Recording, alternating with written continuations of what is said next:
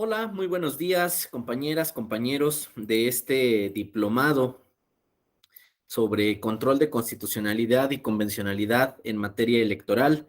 Les agradezco mucho su puntualidad y pues el tiempo que van a dedicar a estudiar esta nueva sección, ¿no? Sobre control de constitucionalidad y convencionalidad en materia de derechos indígenas.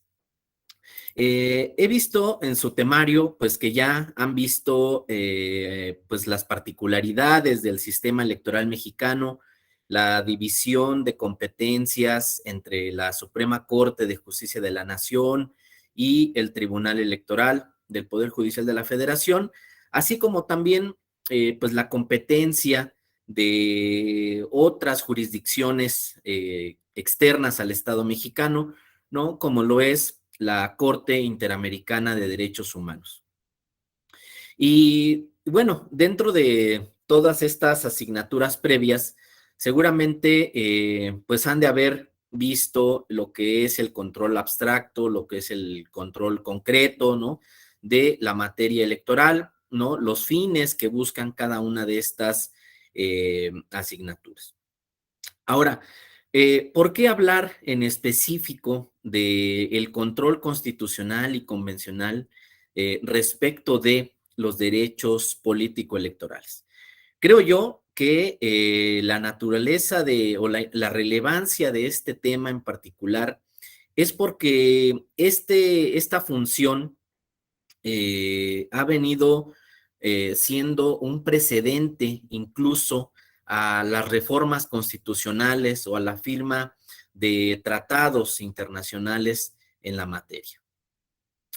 Si nosotros revisáramos la historia de México, veríamos que la lucha indígena, ¿no?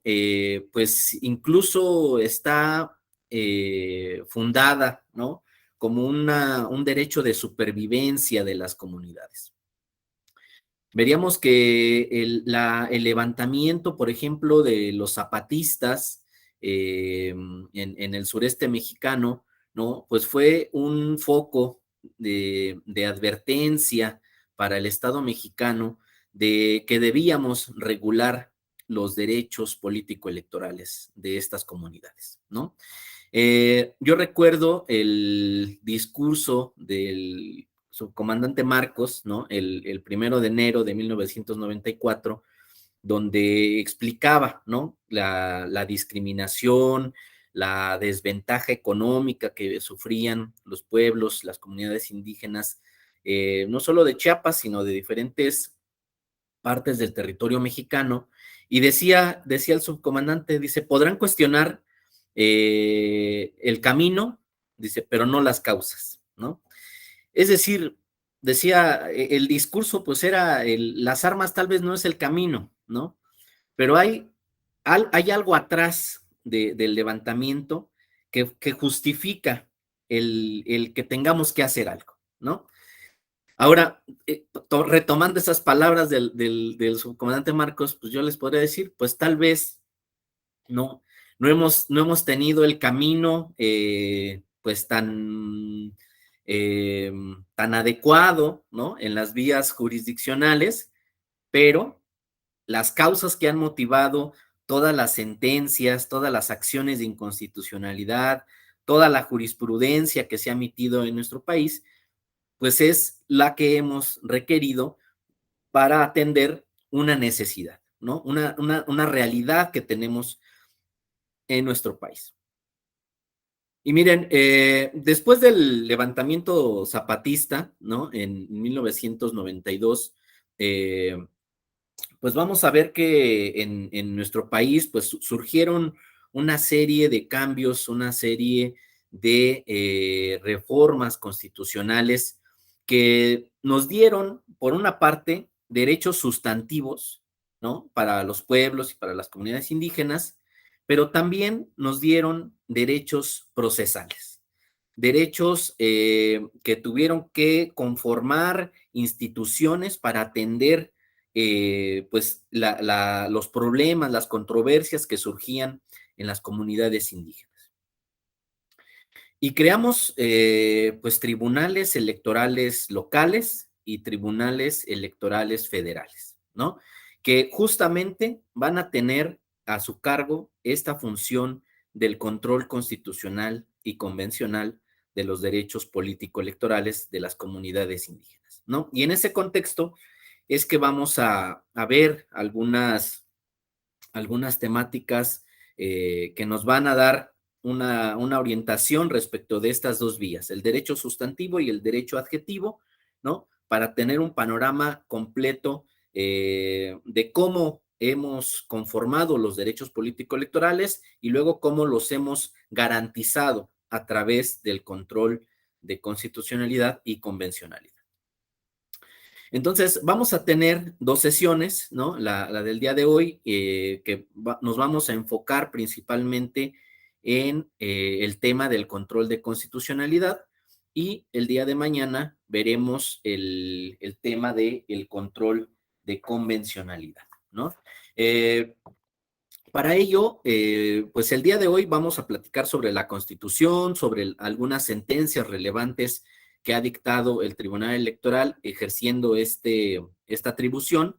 Y el día de mañana les encargaría, ¿no? Que pudieran leer o consultar la sentencia del caso Yatama que emitió la Corte Interamericana de Derechos Humanos, porque será el instrumento del cual estaremos platicando el día de mañana, ¿no? Y pues bueno, yo estaría haciendo referencias a otras sentencias de la Corte Interamericana vinculadas con los derechos político-electorales de los pueblos indígenas, ¿no?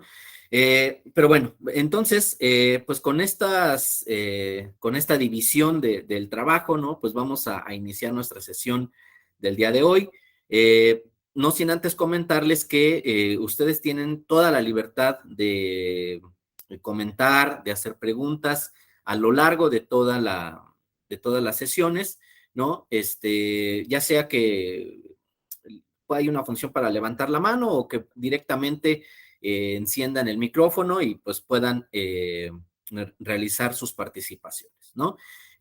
Yo parto pues, del principio de que cada uno de ustedes trae dentro de su experiencia profesional, de su preparación académica, pues elementos, ¿no? Que pueden aportar muchísimo a las discusiones y pues creo que también el conocimiento es una construcción colectiva, ¿no? En el que todos podemos aportar elementos, ¿no?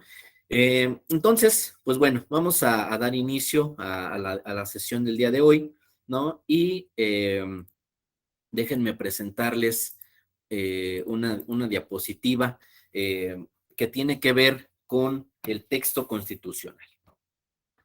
Miren, la primera reforma que tuvimos en nuestro país es del 28 de enero de 1992, ¿no? Es decir, estaba terminando el siglo pasado, ¿no? Y todavía en nuestra Constitución no teníamos una referencia eh, específica sobre la existencia de los pueblos y de las comunidades indígenas, pero tampoco teníamos una referencia respecto de los derechos y las garantías que tienen estas comunidades para proteger pues sus derechos político-electorales, ¿no? Y ustedes se preguntarán, pues, ¿qué pasaba en el México, no? ¿Qué pasaba con todos los problemas que se podrían suscitar en estas comunidades? Pues la verdad es que había una intervención mínima del Estado mexicano en temas de política indigenista.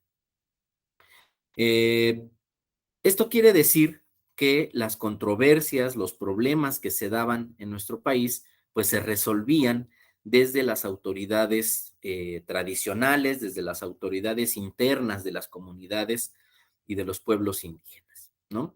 Eh, y esto tiene que ver con una política de Estado mexicano, ¿no? En el que se había, pues, tratado de invisibilizar, se había tratado de homologar a toda la ciudadanía de nuestro país, ¿no?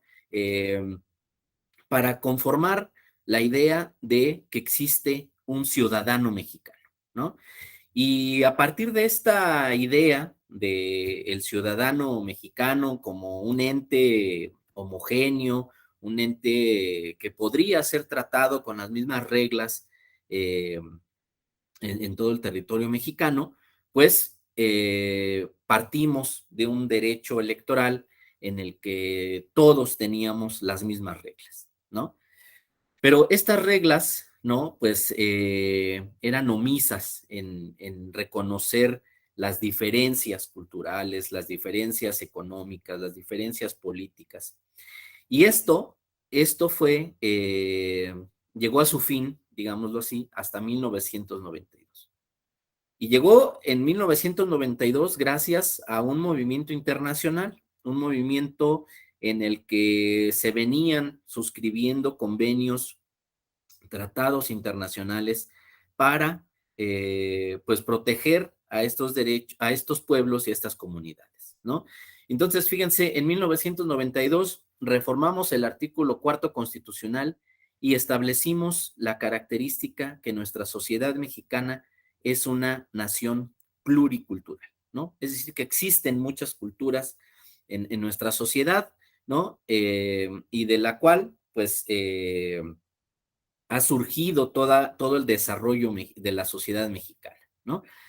Pero fíjense, esta reforma, pues, no nos decía quiénes eran estos grupos poblacionales que, que nos daban esta diversidad cultural, ¿no? Eh, esta pregunta de quiénes son los grupos poblacionales que tenemos en nuestra sociedad, pues vino a esclarecerse un poquito hasta 2001, ¿no? En 2001 ya la reforma a la Constitución Política naturalizó al artículo segundo constitucional para regular todo lo que tiene que ver con los pueblos y las comunidades indígenas. Ajá. Pero fíjense, esta reforma solo contemplaba a un grupo muy específico de poblaciones originarias, ¿no? ¿Esto qué quiere decir? Que aparte de los pueblos indígenas, hay más grupos originarios, ¿no? Más grupos que tienen derechos históricos, sistemas normativos históricos que han regido su vida familiar, comunitaria y política en sus territorios, ¿no? Y esos grupos que no mencionó la reforma de 2001, pues han ido surgiendo a lo largo de estos eh, 21 años de la vida constitucional de nuestro país, ¿no? Que ahorita vamos a ir mencionando cuáles han sido esos grupos y cómo han ido surgiendo estas visibilizaciones, ¿no? Pero bueno, 2001 fue una reforma bastante importante a nivel constitucional porque nos definió quiénes son las personas que se pueden beneficiar de este artículo segundo constitucional, ¿no?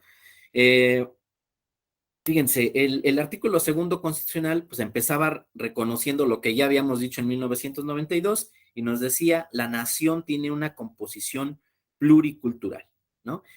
Pero aquí le agregó el legislador, el constituyente, nos decía, esta pluriculturalidad está sustentada originalmente en sus pueblos indígenas. Ujú. Y todavía más nos dice quiénes son estos pueblos indígenas.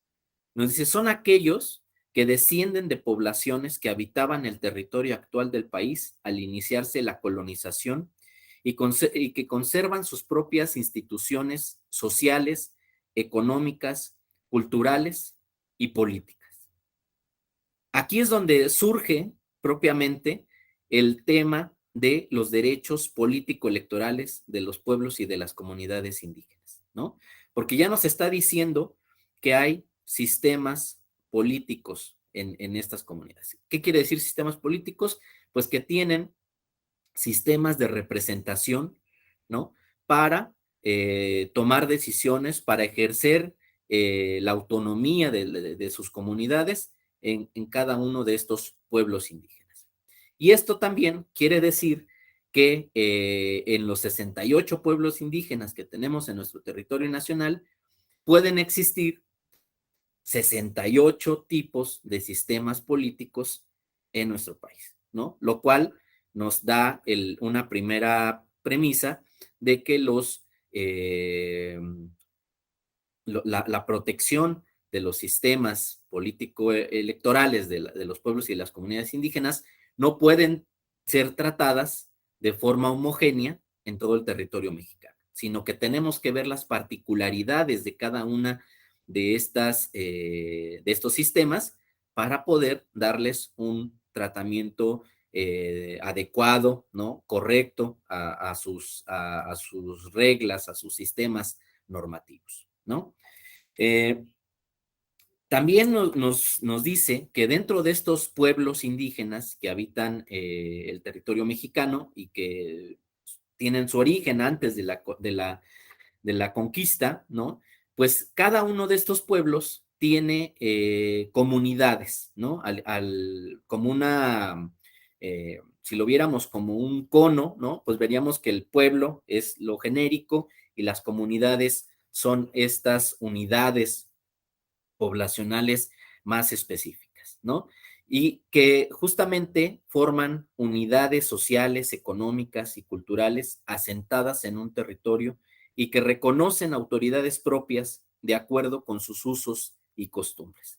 Aquí, otra vez, viene un asunto relevante en materia de derecho electoral, ¿no? Es decir, hay autoridades, ¿no? Que se eligen a través de sus sistemas normativos, a través de sus usos y costumbres.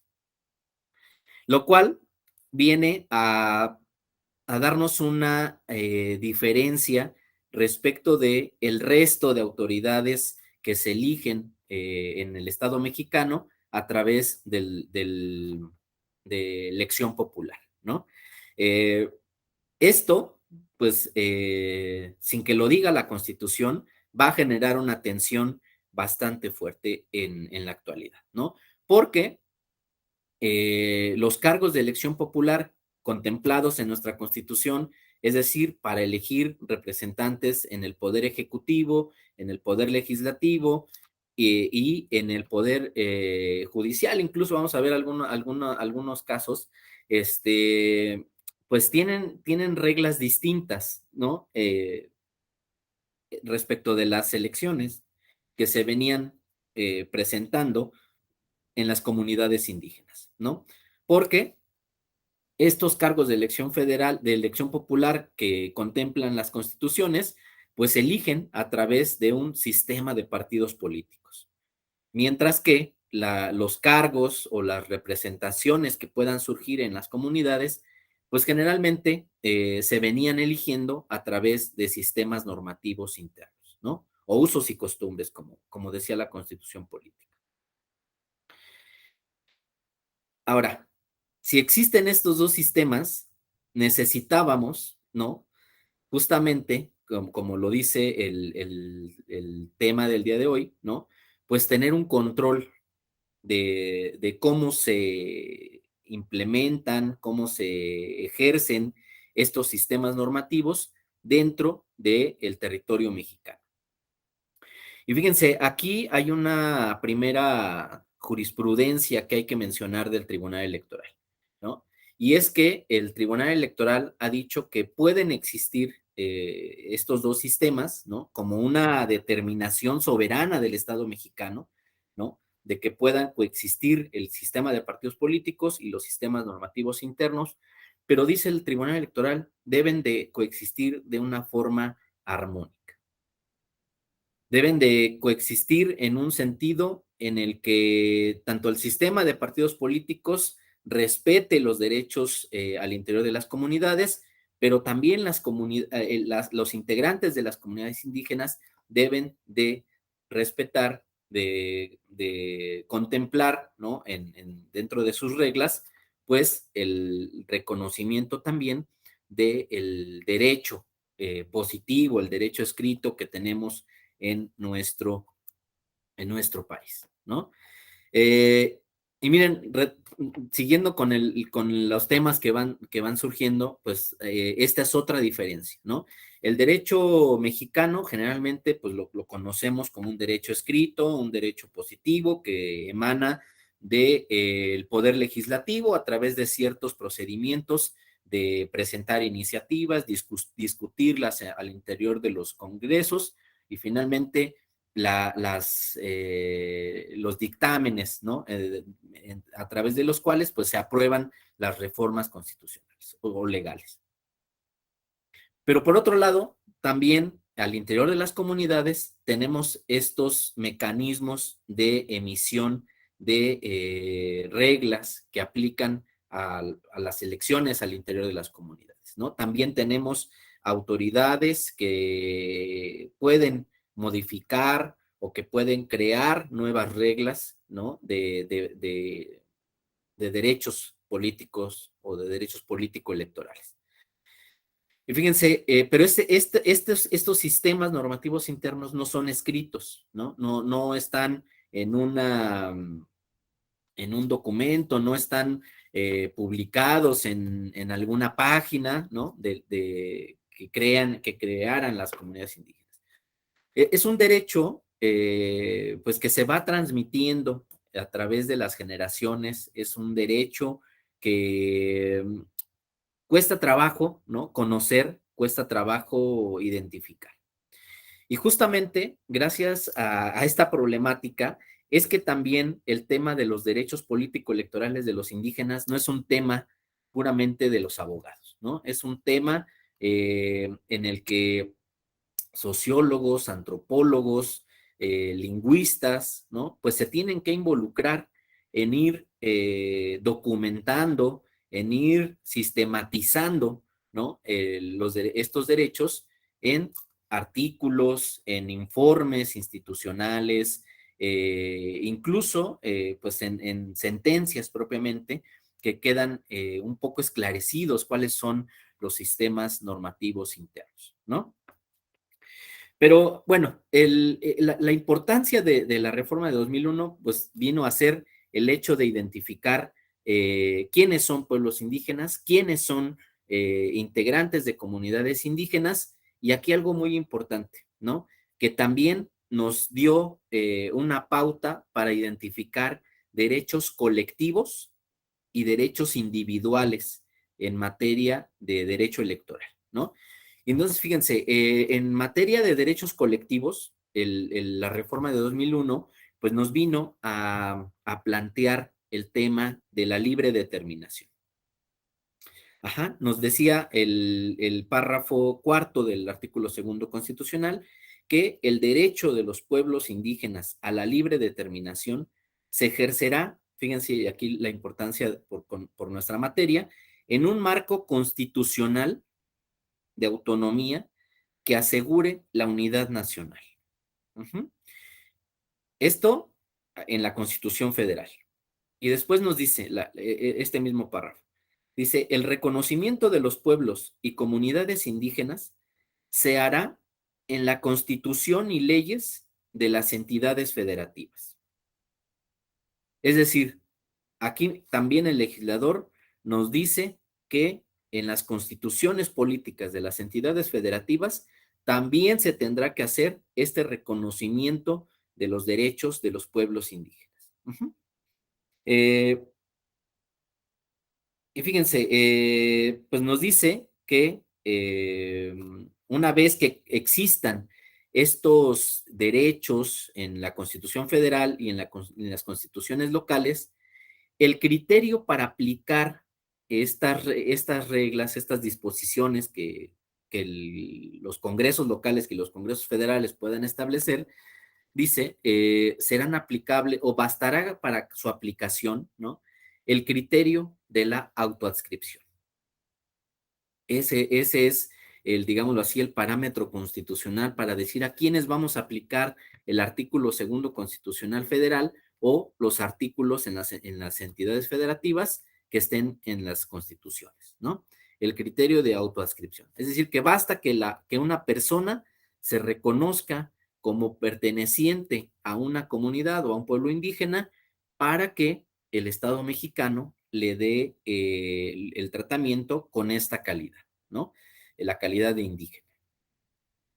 Eh, También, pues fíjense, el artículo segundo constitucional en esta reforma de 2001, pues vino a tratar de especificar el, digamos así, con gran detalle, pues toda una serie de derechos políticos, pero también sociales, económicos, relacionados con otros derechos, ¿no? Que la verdad hicieron un artículo segundo constitucional bastante amplio. Aquí nada más quiero comentarles, ¿no? Que pues dentro de este texto constitucional hay un artículo, más bien una fracción dentro del apartado A, ¿no? Que mencionaba que es un derecho de los pueblos y las comunidades indígenas, fíjense, acceder plenamente a la jurisdicción del Estado. Uh-huh. Para garantizar ese derecho en todos los juicios y procedimientos en que sean parte, individual o colectivamente, deberán tomar en cuenta sus costumbres y especificidades culturales, fíjense aquí, respetando los preceptos de esta Constitución, ¿no? Y aquí creo yo que está el fundamento del tema del control constitucional.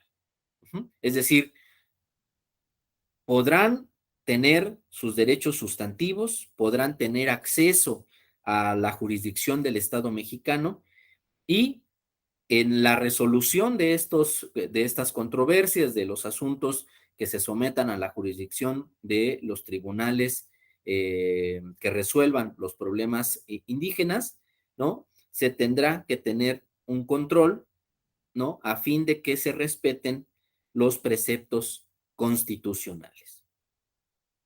Aquí tenemos el nacimiento propiamente del control constitucional en materia de pueblos y comunidades indígenas, ¿no? Y entonces ya lo tenemos ahí contemplado en nuestra Constitución. Eh, Después, fíjense, de 2001 pasaron 14 años, ¿no? Para poder tener otra reforma en materia constitucional, ¿no? Y fíjense, es una reforma, pues, de bastante calado, porque fue propiamente la reforma donde se especificó, ¿no? El derecho de contar con reglas de participación política. Y la participación política a nivel constitucional, fíjense que el legislador la estableció principalmente para el ámbito municipal, ¿no? Es decir, para tratar de que en los municipios donde estén asentadas las comunidades indígenas, pues principalmente sea en este nivel de gobierno donde las comunidades puedan elegir representantes a través de sus sistemas normativos internos, ¿no? Fíjense, este un tema bastante interesante porque lo que nos está diciendo o lo que no nos está diciendo el texto constitucional es principalmente que para elegir representantes ante el Poder Legislativo y al Poder Ejecutivo, las reglas que puedan existir en los pueblos y las comunidades indígenas, pues no serán aplicables, ¿no? Para estos cargos tendremos que ocupar el sistema de partidos políticos. Esto igual a nivel de las constituciones locales, ¿no? Vamos a ver al ratito un caso bastante complicado. Pero fíjense, en 1992 pues, nada más tuvimos el reconocimiento de la pluriculturalidad, pero fíjense, entre 1992 y el año 2001 se da una reforma que tiene que ver con la creación de autoridades electorales, ¿no? Que, digámoslo así, tienen las características que persisten hasta la actualidad. Y esta reforma fue justamente la del 22 de agosto de 1996, ¿no? Es decir, hace unos días estuvimos celebrando esta reforma constitucional o conmemorando esta reforma constitucional, que propiamente dio paso a la creación del Tribunal Electoral del Poder Judicial de la Federación, ¿no? Este órgano especializado en materia electoral que se encarga de resolver pues las controversias que surgen respecto de los derechos político-electorales, ¿no? Estos derechos de votar, de ser votado, de asociación y de afiliación, ¿no? Pero fíjense, en el artículo 99, propiamente, si ustedes lo revisan, verán que el artículo 99 explícitamente, ¿no? Pues no trae un texto que diga que se encargará de resolver las controversias en materia indígena, ¿no? Pero fíjense, y aquí es donde empieza el control constitucional por parte de este órgano jurisdiccional, ¿no? Porque lo primero que tiene que hacer cuando llegan asuntos a su conocimiento, justamente en 1996, 1997, tiene que ver con la competencia para conocer de asuntos en materia indígena, ¿no? Entonces, por ejemplo, en el caso Tlacolulita, en un asunto que surge en el estado de Oaxaca, que es, diría yo, el primer asunto de derechos político-electorales que se presenta ante el Tribunal Electoral después de su creación en 1996, pues tiene que ver con definir la competencia del Tribunal Electoral. Y entonces, fíjense, aquí empieza una primera interpretación, ¿no? Respecto de las atribuciones del Tribunal Electoral. Y esta resolución del caso Tlacolulita, pues básicamente lo que resolvió es que el tribunal, al ser competente para resolver las controversias respecto de los derechos político-electorales del ciudadano, fíjense que del ciudadano, eh, pues puede conocer de los derechos político-electorales de las personas que tienen la calidad de indígena por ser ciudadanos, ¿no?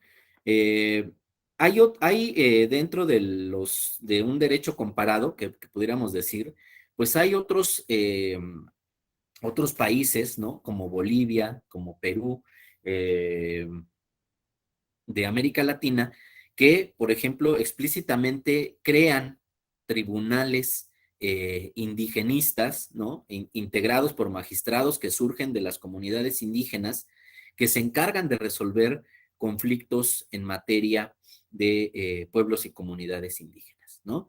Hay otros que, aunque no son de naturaleza indígena, sí prevén la incorporación de magistrados que surjan de las comunidades indígenas, ¿no?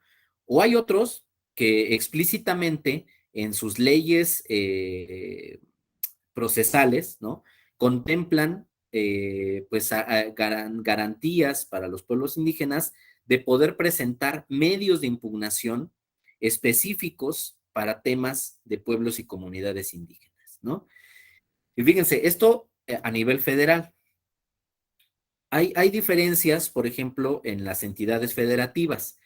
Eh, Principalmente, por mencionar dos casos emblemáticos, Oaxaca y Chiapas, ¿no? En el caso de estas dos entidades federativas, las leyes electorales procesales sí prevén de forma explícita la competencia de los tribunales para resolver conflictos de naturaleza propiamente indígena, ¿no? Incluso prevén medios de impugnación específicos para controvertir asuntos de esta materia. Y han ido avanzando más respecto de la legislación federal, ¿no? Porque, fíjense, son las primeras entidades federativas que han regulado y que han implementado ya propiamente mecanismos alternativos para resolver controversias que surgen de pueblos y comunidades indígenas, ¿no? Vamos a hablar más adelante de esta temática. Pero lo que quiero resaltar, ¿no? Es que a nivel federal, ¿no? Pues tenemos que ocupar los medios de impugnación contemplados en la Ley General del Sistema de Medios de Impugnación, ¿no? En calidad de ciudadanos, ¿no? En calidad de personas, ¿no? Que tienen, que cumplen con los requisitos constitucionales para ser ciudadanos mexicanos, ¿no? Y por lo tanto, pues que tenemos derechos político-electorales y que podemos acudir al Tribunal Electoral a solicitar la impartición de justicia, ¿no? O que se nos protejan nuestros derechos político-electorales. En las entidades federativas, aparte de los medios de impugnación que tenemos para todos los ciudadanos, ¿no? Pues también vamos a ver que tenemos medios de impugnación específicos para estos pueblos y estas comunidades indígenas, ¿no? Eh, ¿Y cuál es la relevancia de tener medios de impugnación solo para ciudadanos y solo y también y un sistema mixto en el que existan medios de impugnación en general y medios de impugnación de naturaleza pues propiamente indígena, ¿no? Pues hay una relevancia, ¿no? Porque justamente los medios de impugnación que tienen una naturaleza indígena tienen reglas que prevén pues el atendimiento, ¿no? El contemplar en la resolución una perspectiva intercultural, ¿no? Es decir, que reconozca los sistemas jurídicos, que reconozca todas las instituciones que hay en las comunidades indígenas, ¿no? A nivel federal, cómo lo hemos cubierto? Pues a través de las jurisprudencias del Tribunal Electoral. Y aquí el Tribunal Electoral ha emitido una jurisprudencia en el que ha dicho que todos los conflictos que se resuelvan en materia de pueblos y comunidades indígenas tendrán que resolverse con una perspectiva eh, eh, intercultural, ¿no? Y fíjense, es bien interesante esta jurisprudencia porque prevé pues la posibilidad de que surjan al menos tres tipos de controversias, ¿no? La primera tiene que ver con conflictos que puedan surgir entre dos personas que pertenecen a una misma comunidad, ¿no? Es decir, personas que vivan bajo las mismas reglas, las mismas instituciones, ¿no? Y que tengan un conflicto de intereses en materia político-electoral, ¿no? Y pues ahí, digámoslo así, parecería sencillo el problema, ¿no? Porque son las mismas reglas. Ahora, está otro tipo de conflictos que ha identificado el Tribunal Electoral, que son los conflictos en los que una persona pertenece a una comunidad y otra persona, que también tiene pues, un derecho incompatible con la otra persona, pertenece a otra comunidad, ¿no? Y fíjense, aquí en estos problemas, pues vienen a surgir varias temáticas. En primer lugar, puede ser que las comunidades, las dos diferentes comunidades, puedan pertenecer al mismo pueblo indígena, ¿no? Pero puede ser que pertenezcan a diferentes pueblos indígenas, lo cual puede llevar a tener diferentes sistemas normativos internos, ¿no? O diferentes instituciones. Incluso han surgido problemas, ¿no? En entidades federativas que tienen fronteras, ¿no? Con otros estados-nación, en el que una misma comunidad, ¿no? Está dividida por la frontera y entonces personas que radican en el extranjero, ¿no? Y aún así, pues tienen conflictos al interior de la comunidad con personas que pertenecen al Estado mexicano, ¿no? Y entonces ahí hemos tenido problemas de definir qué pasa con estos pueblos binacionales, con estas comunidades que tienen diferentes diferentes sistemas de impartición de justicia, ¿no? Pero que tienen derechos homogéneos al interior de su comunidad. Pero bueno, también, pues en estos temas aquí, pues justamente el tribunal ha señalado que debemos de ser conscientes de que pueden existir todas estas posibilidades. Y el tercer problema que puede surgir en materia político-electoral son los casos donde pues las personas que tienen los conflictos de intereses, una de ellas puede pertenecer a un pueblo, a una comunidad indígena, y la otra persona no pertenece no tiene esta calidad, ¿no? Estos son los problemas extracomunitarios.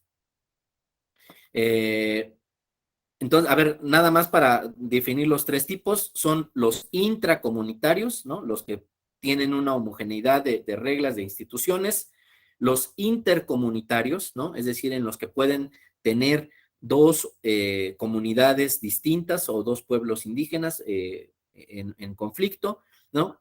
Y los extracomunitarios.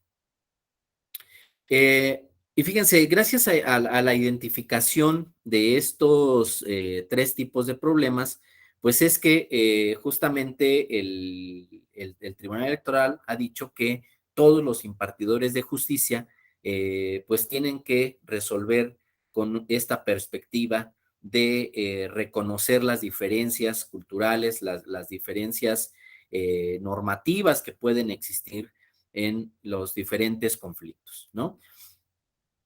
Y pues bueno, ahí vemos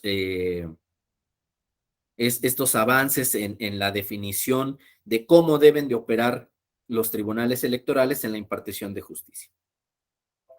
Déjenme pasar ahora a las últimas reformas constitucionales.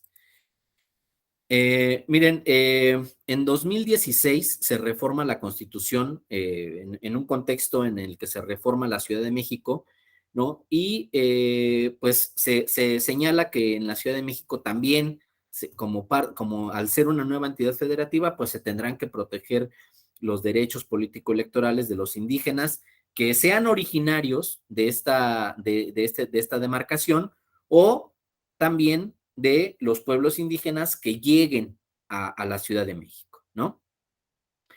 Y esto, fíjense, aquí es donde empiezan a surgir los grupos, los diferentes grupos originarios que se diferencian de los indígenas, ¿no?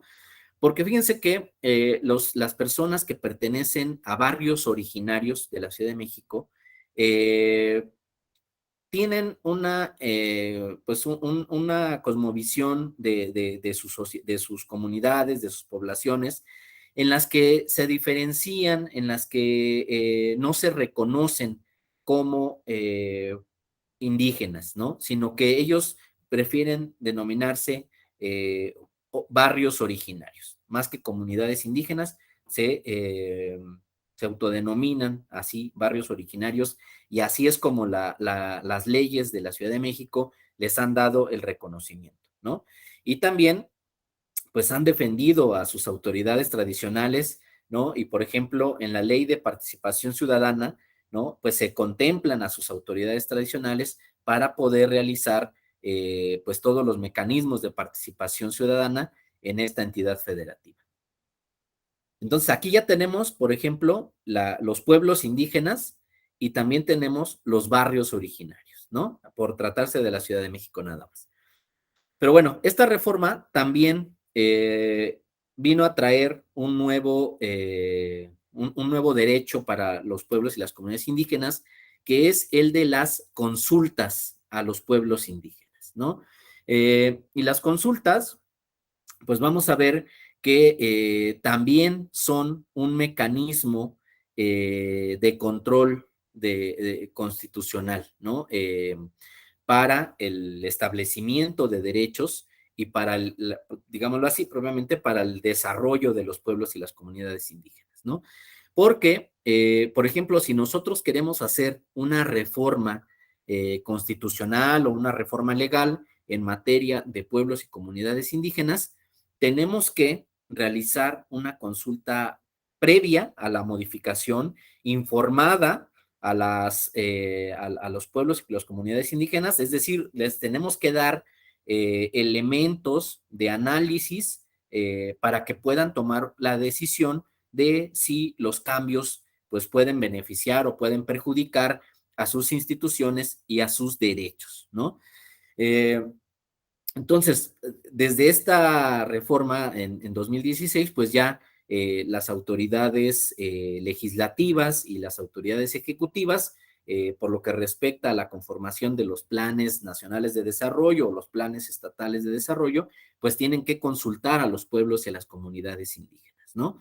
Es decir, ahí tenemos cómo el Poder Ejecutivo y el Poder Legislativo tuvieron una limitante para poder realizar sus funciones en materia de estos pueblos y estas comunidades, ¿no?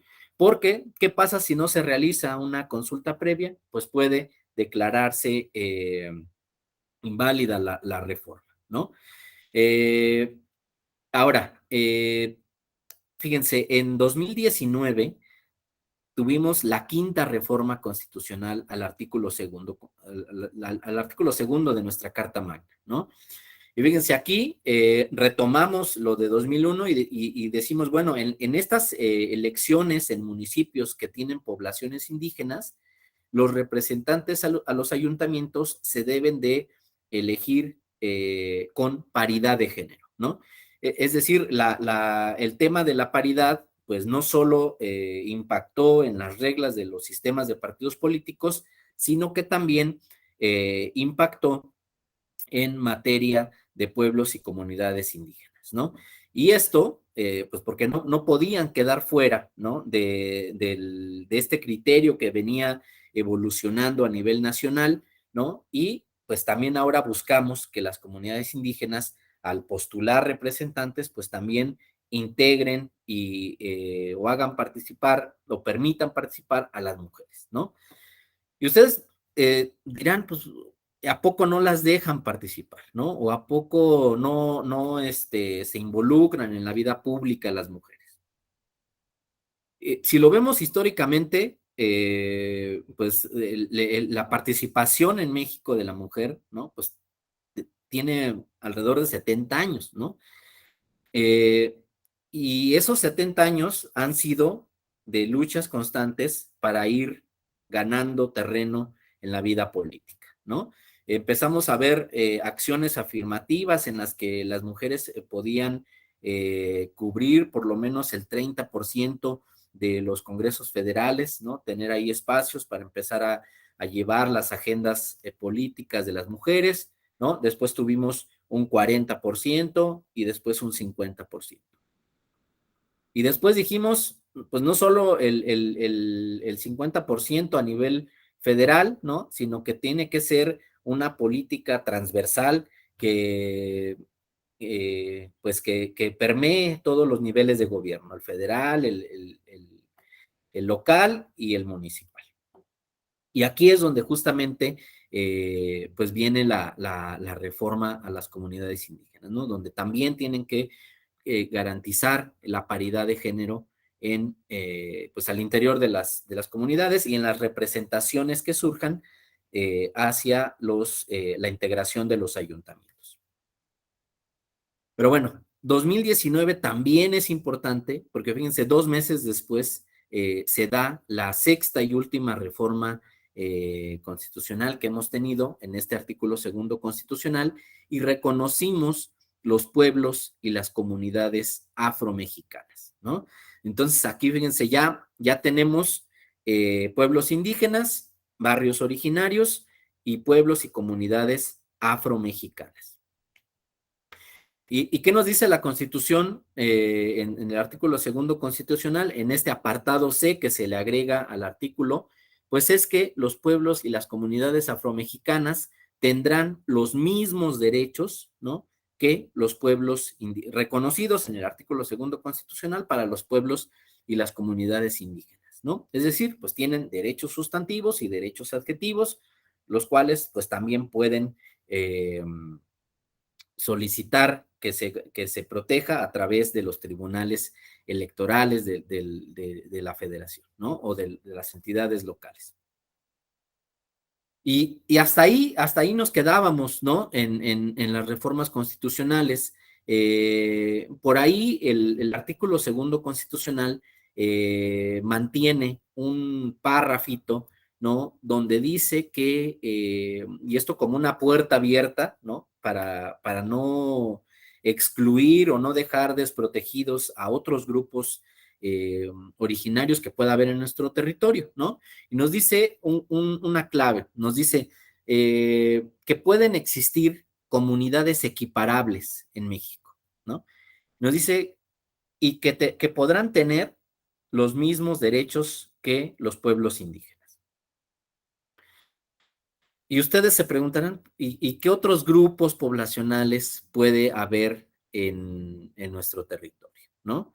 Y fíjense, el tema de qué otros grupos poblacionales puede haber en nuestro país, pues surgió recientemente, ¿no? En este año, ¿no? Con no sé si ustedes ubican o han escuchado de la comunidad Levarón en el norte del país.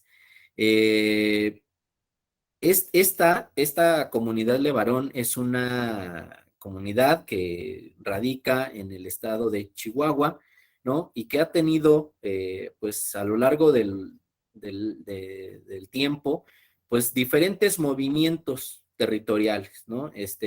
Van cambiando de asentamiento, ¿no? Dependiendo de cómo se van pues desarrollando económicamente, socialmente, incluso políticamente, respecto de pues los gobiernos o los titulares de los poderes en esta entidad federativa, ¿no? Entonces, fíjense, esta comunidad de Levarón ha sido catalogada como una comunidad equiparable, pero también tuvo un pronunciamiento respecto de poder ser una comunidad tribal. Hasta ahorita, aquí lo voy a dejar, hay una mano levantada, y me parece que creo que fuiste tú, Ulises.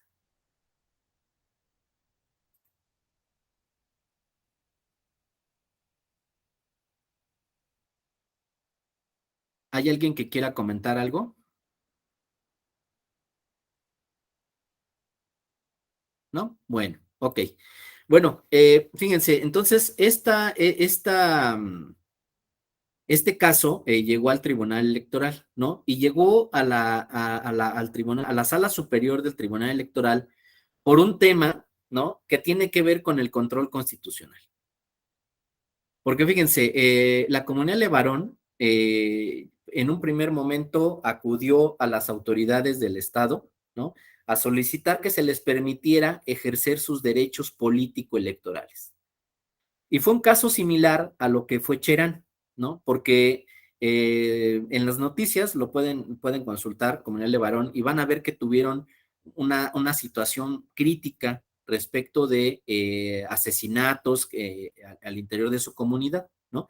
Entonces, estaban fallando las instituciones del Estado, ¿no? Y por lo tanto querían autoorganizarse, ¿no? Crear sus propias instituciones para dar seguridad a su comunidad, y ello pues implicaba también ejercer sus derechos político-electorales. Entonces acuden a las entidades, a las autoridades de la entidad, y pues hacen el planteamiento de si pueden ejercer sus derechos político-electorales.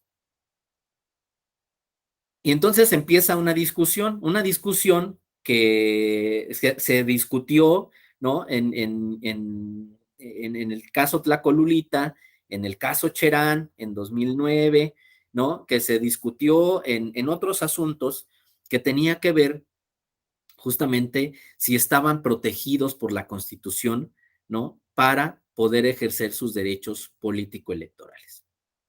Y fíjense, el tema es de un tema de control constitucional porque las primeras autoridades que conocen eh, pues del tema lo resuelven en un sentido donde se señala que no son competentes para resolver esta solicitud o esta consulta que realiza la comunidad Levarón.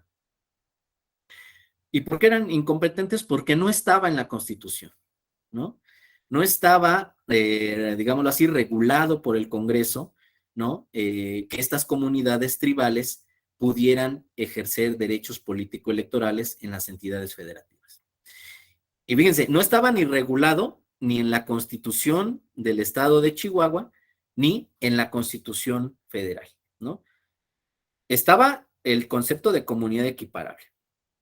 Pero bueno, el asunto llega incluso a la sala regional y también la sala regional resuelve en ese sentido, ¿no? Que no tiene atribuciones para resolver esta controversia, ¿no? O este asunto que se planteó al Tribunal Electoral. Y entonces el asunto llega a sala superior, ¿no? Y entonces la sala superior lo resuelve en un sentido eh, pragmático, ¿no? Le dice tanto a la sala regional como a las autoridades locales. Les eh, dice, si el Tribunal Electoral es competente para resolver conflictos en materia de pueblos y comunidades indígenas, dime por qué no podrá conocer de conflictos de otros grupos poblacionales originarios, ¿no? Entonces aquí es donde surge también esta función, este reconocimiento de que la atribución de resolver conflictos respecto de problemas de pueblos originarios, pues tiene que ver con una interpretación que se ha hecho a la Constitución, ¿no?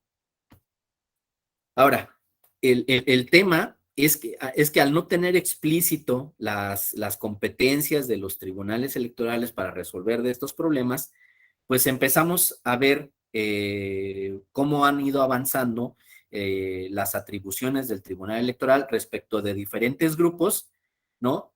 Por esta cuestión interpretativa, ¿no? Ustedes dirán, oye, ¿y por qué el tribunal o dónde está reconocido que, por ejemplo, el Tribunal Electoral resuelva temas de migrantes, de la comunidad LGBTI, de otros grupos poblacionales, ¿no? En el artículo 99 constitucional? Y pues todo ha sido una cuestión interpretativa, ¿no? Una cuestión, fíjense aquí, para evitar una omisión del Estado mexicano de impartir justicia a los grupos poblacionales. Fíjense, en el caso que conoció la Corte Interamericana, en el caso Castañeda contra México, fue una sentencia que trataba de derechos político-electorales, en específico el derecho de poder ser votado, ¿no? A través de la figura de las candidaturas independientes. Y en ese entonces, el Tribunal Electoral pues, dijo algo parecido, ¿no? A lo que dijeron las primeras instancias en el caso Levarón. Pues, oye, no está regulada la candidatura independiente, ¿no? Pues no hay esta vía para poder acceder. Pero también había otro problema, no solo sustantivo, había un problema adjetivo, un problema procesal, ¿no? Que era el que no había un medio de impugnación para atender al ciudadano Castañeda, ¿no? Entonces, el señor Castañeda Goodman acude a la Corte Interamericana y obliga al Estado mexicano a crear un medio de impugnación para garantizar los derechos político-electorales de esta persona, ¿no? Y entonces, pues empezamos a modificar jurisprudencialmente pues las reglas procesales, ¿no? Y entonces empezamos a ver cómo el JDC empieza a tener una apertura y empezamos a conocer de otras materias, ¿no? Y así empezamos a conocer también, por ejemplo, de partidos políticos, de la vida intrapartidista, ¿no? Que en un primer momento también no lo aceptaron tan llanamente, ¿no? Es decir, decían, oye, pues yo soy un ente público, tengo mis instituciones, tengo mi estructura jurídica que se encarga de impartir justicia al interior del partido político. ¿Por qué Tribunal Electoral te vas a involucrar en la vida intrapartidista? ¿No? Y bueno, fue a través de varios precedentes, ¿no? Que se fue aceptando la jurisdicción del Tribunal Electoral en estas instituciones. Recientemente, no sé si habrán escuchado que la Corte Interamericana, la Suprema Corte de Justicia de la Nación resolvió una acción de inconstitucionalidad, ¿no? Respecto de que si el Tribunal Electoral puede conocer de temas que se dan al interior del Congreso, ¿no? Respecto de reformas que realiza las cámaras en nuestro país, ¿no? Y bueno, pues en un primer momento el legislador dijo, el Tribunal Electoral no es competente para conocer de actuaciones parlamentarias. La Corte Suprema de México, pues ya ahí ya le dio pues paso al Tribunal Electoral y ya dijo sí puede conocer porque también pueden existir pues conductas que puedan afectar derechos político-electorales en el desarrollo de la vida parlamentaria. Sí, David, adelante. Yo quería preguntarle, maestro, acá justamente en Chihuahua me tocó una situación en el Congreso del Estado en la que para la elección de la presidencia del Congreso del Estado, la Constitución marcaba un orden alternado para quien pudiera presidir este cargo intraparlamentario. Este, de la interpretación de la norma, pues se deducía que al primer año a lo mejor le correspondiera a la mayoría, pero el segundo año pues a la primera minoría. El punto pues es que en esa legislatura a mí me tocó estar como asesor y a la primera minoría, a la segunda fuerza, pues no se le permitió ocupar el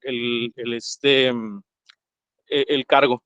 Les proponía justamente la interposición de un JDC, porque pues el amparo no procede en materia político-electoral, y de hecho en algunos de los cursos de aquí lo planteé en su momento. Obviamente estaba vigente todavía el criterio que usted comenta.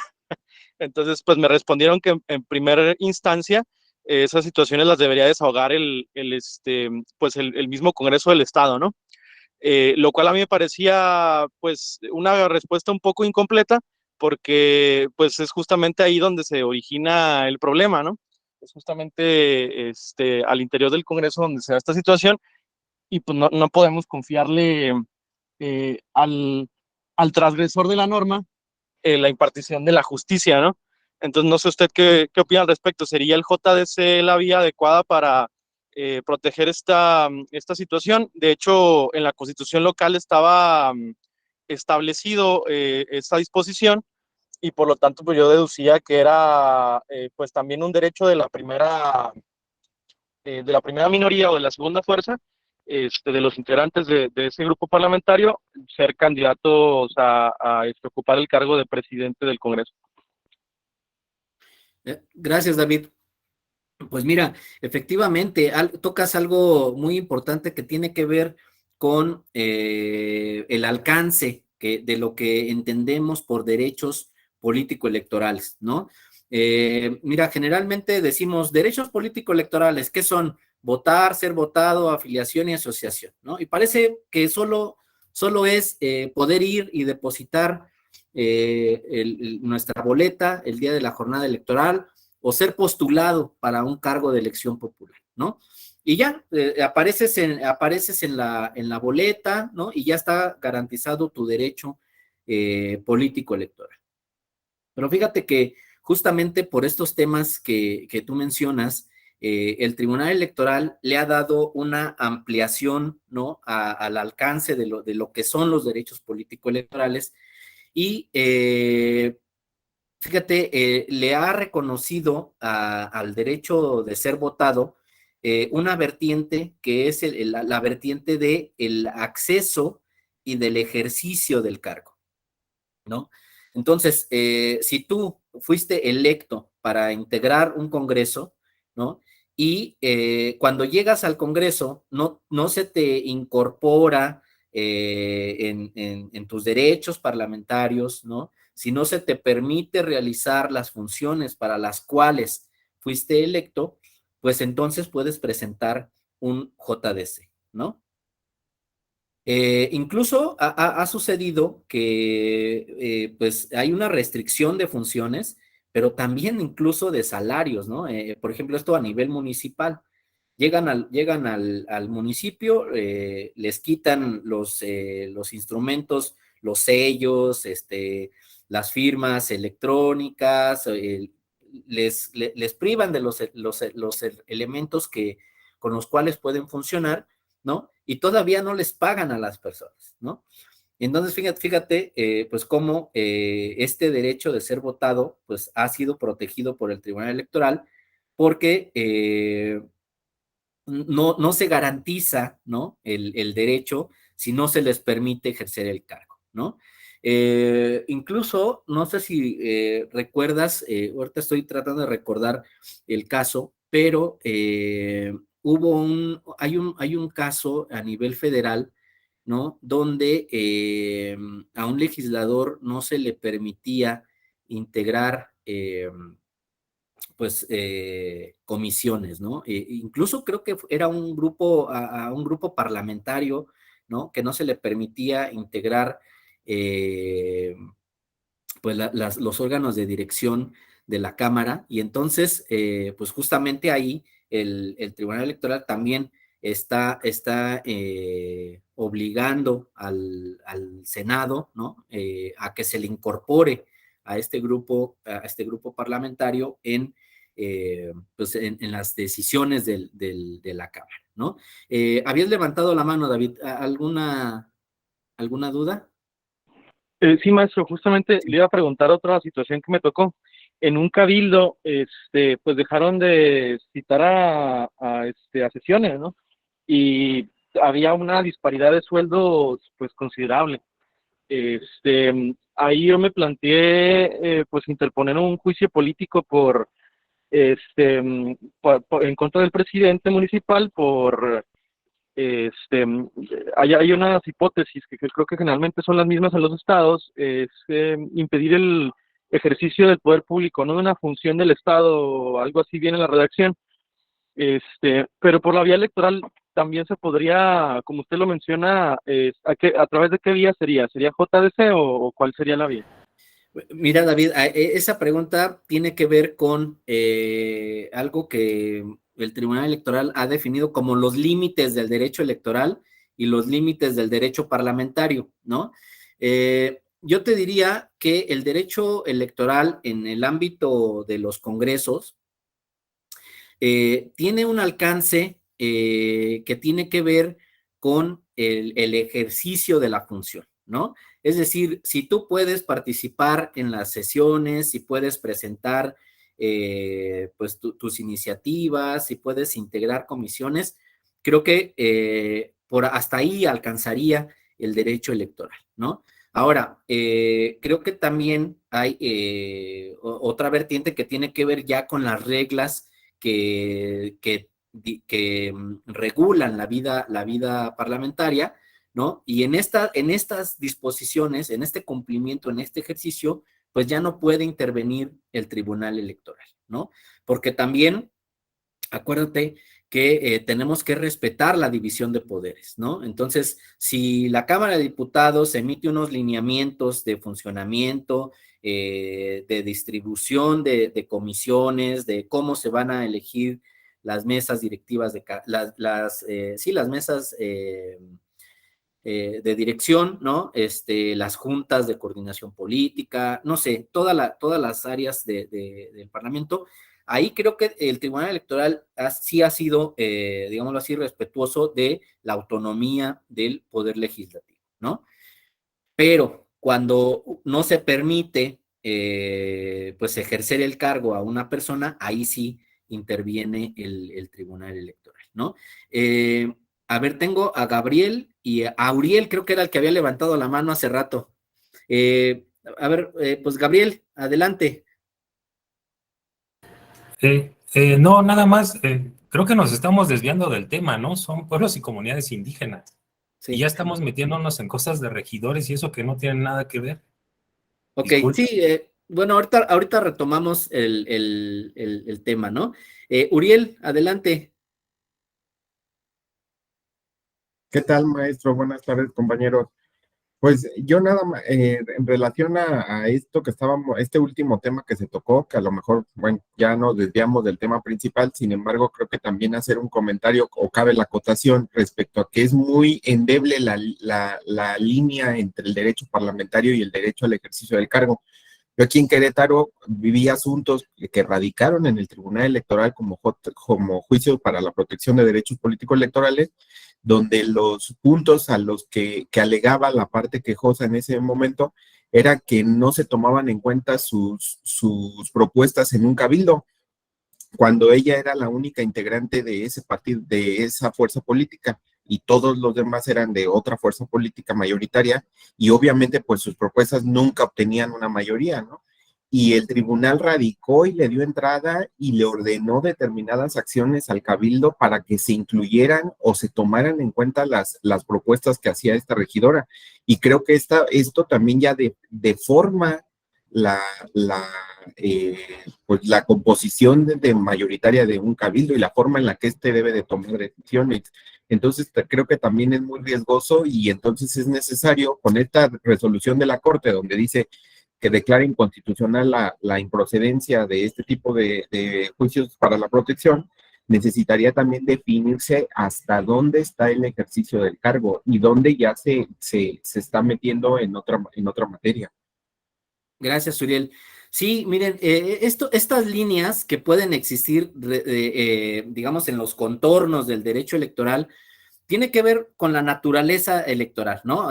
Sí, sí, tal vez de los pueblos indígenas sí es una desviación, pero nada más para cerrar estas participaciones, yo les diría que estas líneas divisorias del derecho electoral pueden existir en otras materias, ¿no? Está la administrativa por lo que respecta a los municipios, el derecho administrativo, el derecho político, ¿no? Por ejemplo, respecto de lo que impacta en los congresos, y incluso desde digámoslo así, desde las fuentes del derecho, pues podríamos ver algunas diferencias entre el derecho constitucional y el derecho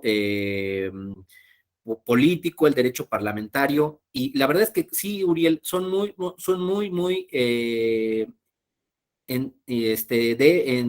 digamos así, pequeñas las divisiones, ¿no? Y fíjate, regresando a los pueblos indígenas, pero vinculados con estos límites, y que tiene que ver con la impartición de justicia.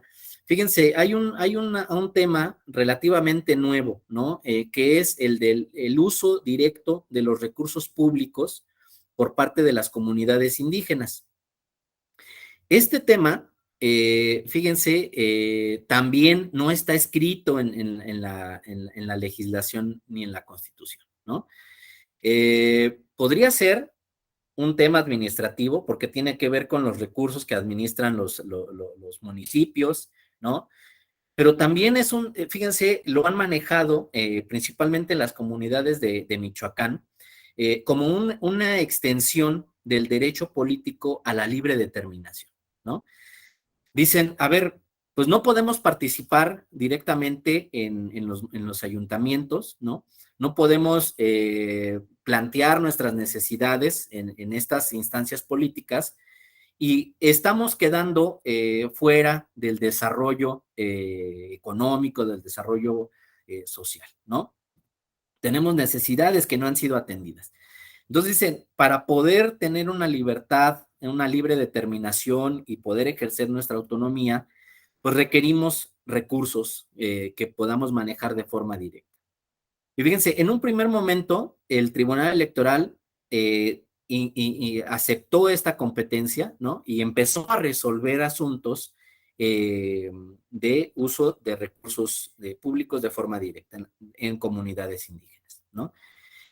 El tema es que llegó un caso que se presentó en una comunidad de Huajuapan de León, en el estado de Oaxaca. Ahí el municipio presentó una controversia constitucional en la que decía que justamente pues estaba afectando, ¿no? Toda esta función administrativa, toda la planeación estatal de desarrollo, ¿no? Y que por lo tanto no se debería, ¿no? de permitir el uso directo de los recursos públicos. Fíjate, ahí, en ese caso, una sala de la Suprema Corte de Justicia de la Nación pues valoró, ¿no? Todos los precedentes que había resuelto el Tribunal Electoral y determinó que el Tribunal Electoral venía ejerciendo una facultad que no era de su competencia. Entonces, fíjense, el Tribunal Electoral tuvo que declarar un abandono, ¿no? de la competencia para resolver estos asuntos. Y la Suprema Corte tuvo que definir quién era el órgano jurisdiccional que se debe de encargar de resolver estos asuntos.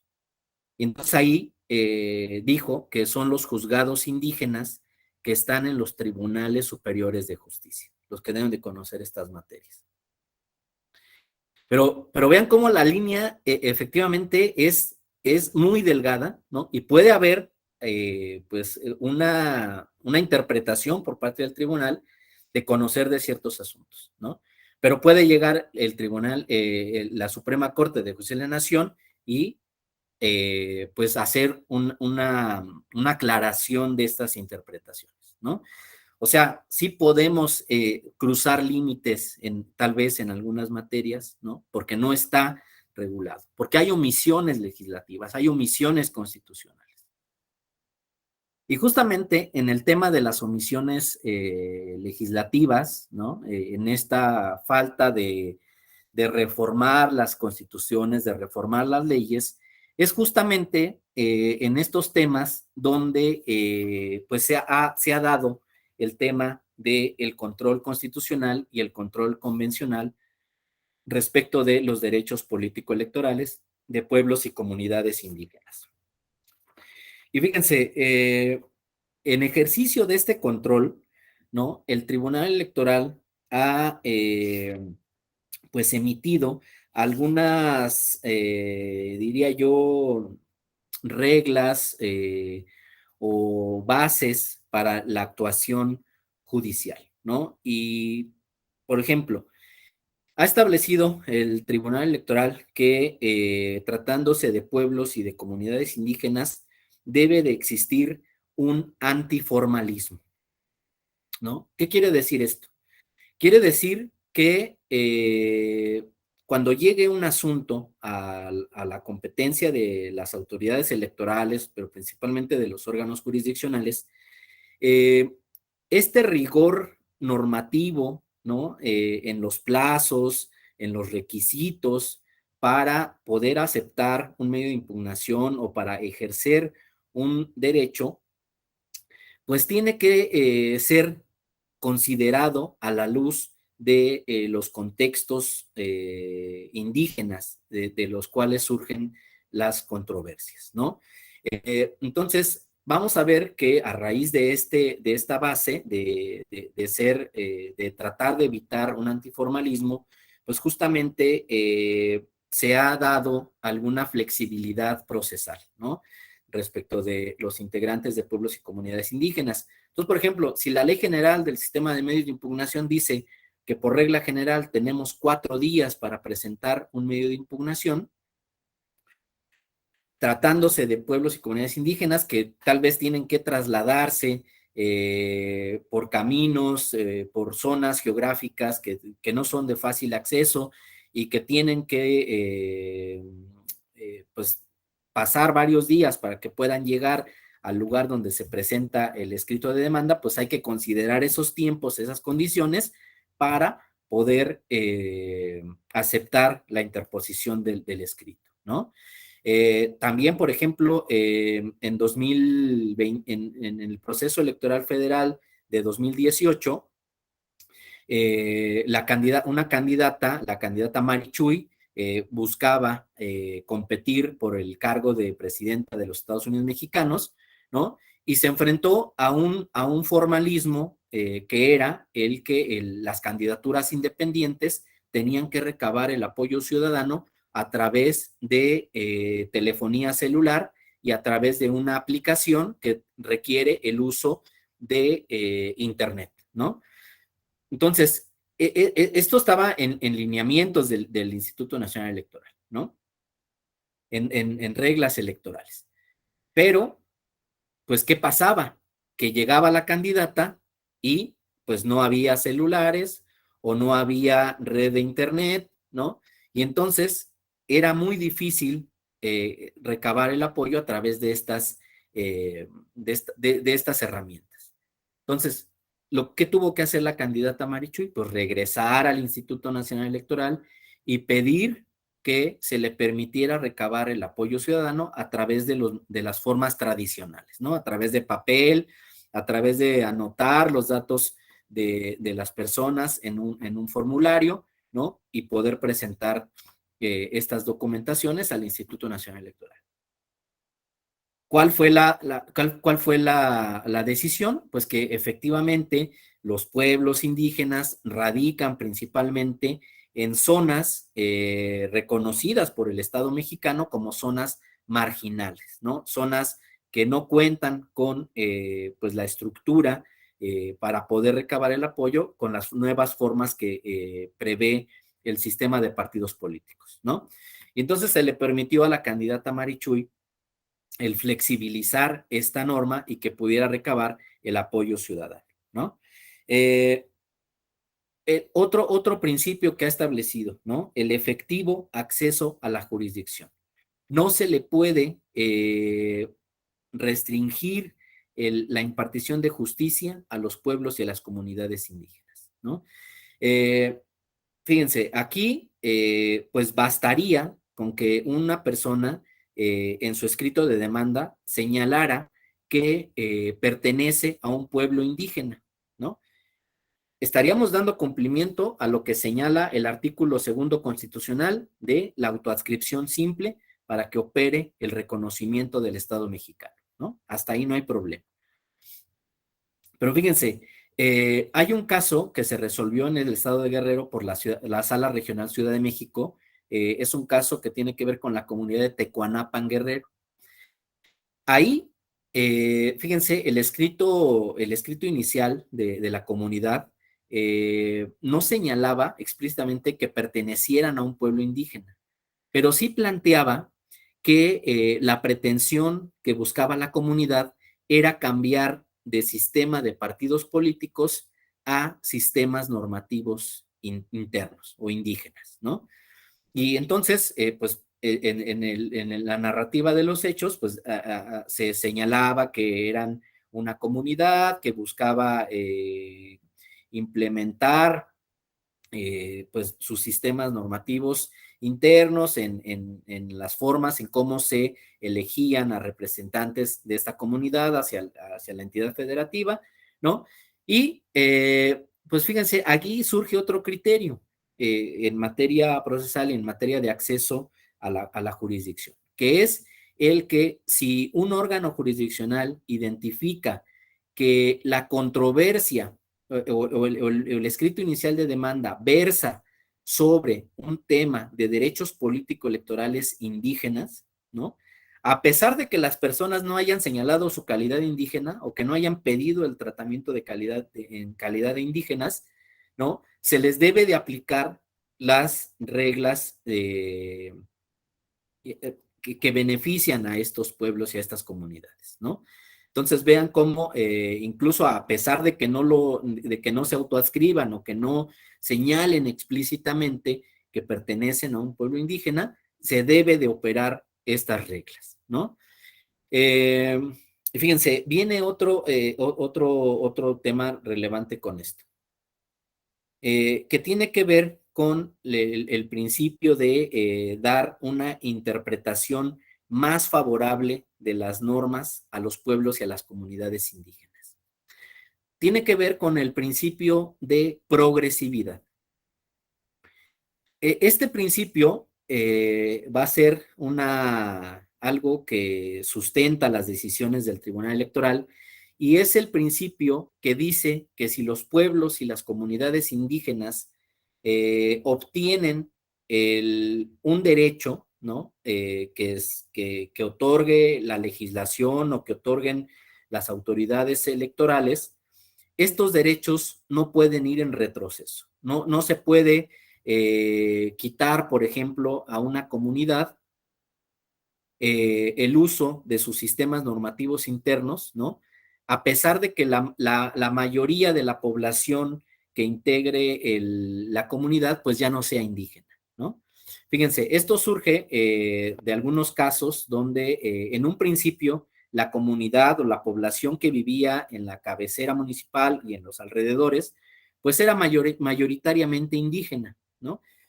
Y entonces esta comunidad solicita a las autoridades electorales que se les permite ejercer sus sistemas normativos internos, ¿no? Y entonces se realizan todos los procedimientos constitucionales y legales para verificar esta situación y para poder autorizar acorde con la normatividad, ¿no? Entonces se realiza la consulta previa, se hacen los estudios antropológicos, se hacen los estudios jurídicos y finalmente les decimos si tienes derecho a ejercer tus sistemas normativos internos, ¿no? Pasan los años, ¿no? Pasan pues varios gobiernos, varios crecimientos demográficos en la comunidad y resulta que la población de esa comunidad ahora ya mayoritariamente no es indígena, ¿no? Entonces se organizan las personas que no son indígenas, acuden nuevamente a las mismas autoridades electorales y le dicen, oye, pues ya la comunidad ya no es mayoritariamente indígena y por lo tanto nosotros ya no queremos que se usen los sistemas normativos internos para elegir representantes en esta comunidad, ¿no? El principio de progresividad, en este caso en particular, nos dice que los derechos ganados por la comunidad indígena no pueden ir en retroceso. Entonces, estas solicitudes de cambiar de sistemas normativos internos por la mayoría que no es indígena, no es procedente, ¿no? Tiene que ser una decisión de las propias comunidades indígenas las que digan si quieren cambiar de sistema de partidos políticos o mantener el sistema normativo interno, ¿no? Y esto opera en el territorio mexicano, ¿no? Por ejemplo, Oaxaca celebra elecciones cada año, cada 2 años o cada 3 años. Y en cada uno de estos periodos, las comunidades indígenas dicen o eligen qué sistema normativo quieren ocupar. Y pues bueno, ahí vamos viendo cómo pues estos derechos de los pueblos y comunidades indígenas tienen que ir siempre en progresividad, ¿no? Siempre van a ir aumentando. Esto, quiero decirles también que genera algunas inconformidades por el resto de la ciudadanía, ¿no? Porque dicen, pues oye, no sé, les estás dando un trato preferente a los indígenas, hay un trato desigual en los derechos político-electorales, ¿no? Pero bueno, vamos a ver ahorita este tema. También, por ejemplo, se han creado a través de resolver casos que tienen que ver con omisiones legislativas, el tema de las acciones afirmativas indígenas, ¿no? Este tema fíjense, pues es una medida temporal, ¿no? Que busca crear espacios para los pueblos indígenas en cargos de elección popular, ¿no? Donde no se prevé por la ley específicamente que se deban reservar estos espacios, ¿no? Fíjense, la Constitución política, cuando se reforma en 2001, puso en un transitorio que la autoridad electoral tenía que prever en los trabajos de distritación electoral, en este ejercicio de dividir el territorio mexicano en distritos electorales, tenía que prever la autoridad administrativa electoral la creación de distritos electorales indígenas. ¿Qué quería decir esto? Identificar los distritos donde la población mayoritariamente, en un porcentaje por lo menos del 40%, fuera indígena, ¿no? Y entonces el Instituto Federal Electoral en ese entonces, pues realizó este trabajo e identificó por lo menos 28 distritos electorales que cumplían con este parámetro, ¿no? De población. Entonces, hasta ahí llegaba, ¿no? El tema de los distritos electorales indígenas. Ahora, ¿qué hacíamos con esos distritos electorales? ¿Cómo íbamos a garantizar que estos distritos electorales contaran con representantes indígenas, ¿no? Entonces, aquí es donde entran las acciones afirmativas indígenas, ¿no? Donde se reconoce que esta actuación de la autoridad electoral administrativa para prever en lineamientos, fíjense, en lineamientos, la posibilidad de que en esos distritos electorales los partidos políticos tengan la obligación de postular a representantes indígenas, es decir, a personas que estén respaldados por su asamblea comunitaria o por sus autoridades tradicionales, era constitucional, ¿no? De que pudieran preverse estos espacios. Y bueno, esta determinación de contar con acciones afirmativas indígenas también ha sido un tema bastante complejo de implementar en nuestro país, ¿no? ¿Por qué? Pues porque no había reglas claras, ¿no? Había muchas omisiones, tanto pues en la Constitución, en la ley, pero también incluso en los lineamientos que emitía la autoridad administrativa. ¿Por qué? Porque pues no nos decía, ¿no? En los primeros ejercicios, ¿no? Por ejemplo, en dónde tenían que postular los partidos políticos. Entonces, de esos 28 distritos, por ejemplo, algunos postulaban solo en entidades de Oaxaca y Chiapas, ¿no? Otros postulaban en Hidalgo y Guerrero. ¿Y qué pasaba? Pues pasaba que en Guerrero y en Hidalgo ganaban los partidos políticos que no habían postulado a representantes indígenas. En Oaxaca y Chiapas ganaban los partidos políticos que no habían postulado indígenas, ¿no? Entonces, se cumplía con la disposición de postular, pero no ganaban, ¿no? Entonces tuvo que venir un apretón de tuercas a estas reglas y decir: ahora los partidos políticos tendrán que postular obligatoriamente en estos distritos electorales. ¿Cuál era el efecto? Que pues indiscutiblemente quien ganara, el partido que ganara, pues iba a llevar a un representante indígena al Congreso del Estado mexicano.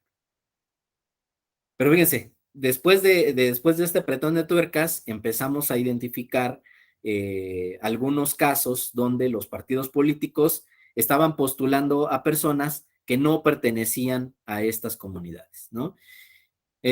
Porque pues había también deficiencias en, por ejemplo, conocer qué documentos sirven para acreditar la representatividad de una persona por parte de una comunidad, ¿no? No sabíamos, por ejemplo, quiénes eran las autoridades tradicionales que tenían la facultad para emitir estos documentos de acreditación, ¿no? Entonces, fíjense, en un primer momento empezó a funcionar una figura que se llama la autoadscripción calificada, ¿no? Esta medida donde dicen que los representantes de pueblos y comunidades indígenas tienen que, más bien los partidos políticos que postulen representantes indígenas tienen que acreditar con alguna documentación que emitan las comunidades este respaldo a los individuos que van a ser postulados, ¿no? Pero como surgieron estos casos irregulares, casos donde por lo menos dos autoridades estaban postulando a diferentes representantes, donde no había la certeza de que las personas que estuvieran firmando pertenecieran a las autoridades tradicionales de las comunidades, fíjense, tuvo que llegar otro apretón de tuercas, ¿no? Y entonces la autoridad electoral administrativa previó la posibilidad de que en los casos donde hubiera incertidumbre respecto de los documentos o de las autoridades tradicionales que estuvieran apoyando las candidaturas, podrían, fíjense, visitar in situ a las comunidades para verificar la documentación que estaban presentando los candidatos o los partidos políticos. Y entonces, 2021 fue el proceso electoral donde pues se realizó por primera vez estas visitas a las comunidades y los efectos fueron bastante pues desalentadores, ¿no? ¿Por qué? Pues porque se encontraban con comunidades donde no tenían conocimiento, ¿no? De que iban a participar representantes de la comunidad en los procesos electorales. O veían que, por ejemplo, los documentos que supuestamente se habían presentado no contenían los sellos de la comunidad, ¿no? O no eran los documentos que generalmente emite la asamblea comunitaria de una determinada población.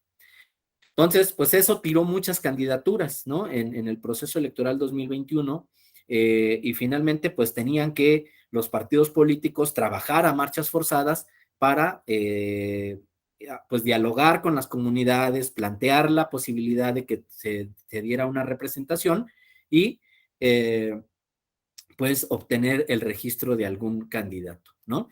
Pero bueno, ahí vamos viendo este tema. Otro principio que surgió de acuerdo al control constitucional es el principio de la igualdad, ¿no? Fíjense, si nosotros revisáramos los catálogos de sistemas normativos indígenas que hay en algunas entidades, porque no en todas las entidades federativas tenemos este documento que elaboran las autoridades administrativas, pues veríamos que pues hay sistemas normativos internos que dan tratamientos o que tienen reglas que le dan un tratamiento distinto a su ciudadanía respecto de la ciudadanía de las personas no indígenas, ¿no? Las personas que no son indígenas, pues saben que un ciudadano es una persona mexicana que cumple 18 años, ¿no? Y que pues empieza a ejercer sus derechos político-electorales. No hay distinción entre si son mujeres, son hombres, si tienen pues alguna preferencia pues sexual, ¿no? No hay discriminación, ¿no? Solo dice que sean mexicanos y que tengan 18 años. Ahora, en las comunidades indígenas, las comunidades indígenas tienen varios criterios que pueden ser diferenciadores respecto de lo que entendemos por ciudadanos indígenas, ¿no? Por empezar a ver algunos temas. La edad. La edad puede ser no los 18 años, pueden empezar a ejercer derechos políticos a partir de los 16 años o a partir de que se casan las personas, ¿no? Entonces, hay casos de comunidades donde se casan muy jóvenes, 14 años, 15 años, ya tienen su familia las personas y tienen derechos político-electorales. Pero, por ejemplo, vámonos para arriba, los 60 años. Hay comunidades indígenas que por tener un sistema de cargos escalonados, es decir, esta escalerita de cargos donde todas las personas tienen que ir cumpliendo un trabajo comunitario e ir asumiendo responsabilidades, pues llega la edad de 60 años donde dicen, pues ya cumpliste todos los cargos que tenemos en nuestra comunidad y entonces te liberamos de, de tener esta obligación de participar políticamente en tu comunidad, ¿no? Entonces, pues bueno, ahí la ciudadanía, podríamos decir, pues la ciudadanía indígena podría haber casos donde empieza a los 16 años o a los 14 años y termina a los 60 años. En el caso del sistema de partidos políticos, pues a partir de los 18 años y pues hasta lo más que dure una persona, ¿no? Ahora, en temas de vecindad, ¿no? Nosotros sabemos que el día de la jornada electoral vamos y visitamos la casilla más cercana a nuestro domicilio y está ahí la casilla que preparó la autoridad electoral para que ejercemos nuestro voto. Fíjense, en el caso de las comunidades indígenas, hay comunidades donde solo se permite la participación de las personas que viven en las cabeceras municipales. Hay otros territorios, ¿no? Fuera de las cabeceras, donde se van asentando o se van separando grupos poblacionales y van creando pues rancherías, ¿no? U otras comunidades que ya no viven dentro de la cabecera municipal. Entonces, pues las reglas históricas, ¿no? Las reglas, los sistemas normativos internos, pues decían que solo venían participando las gentes que viven en la cabecera municipal. Entonces, todas estas gentes que empiezan a salir de este territorio, pues no tienen el derecho de poder participar, ¿no? Entonces, ahí se ha determinado que esta exclusión, pues viola los derechos contemplados en la Constitución política. También, por ejemplo, hay comunidades donde los derechos político-electorales de las mujeres queda condicionado, ¿no? Hay algunas comunidades donde explícitamente dicen, pues no se permite el votar o el ser votado por parte de las mujeres.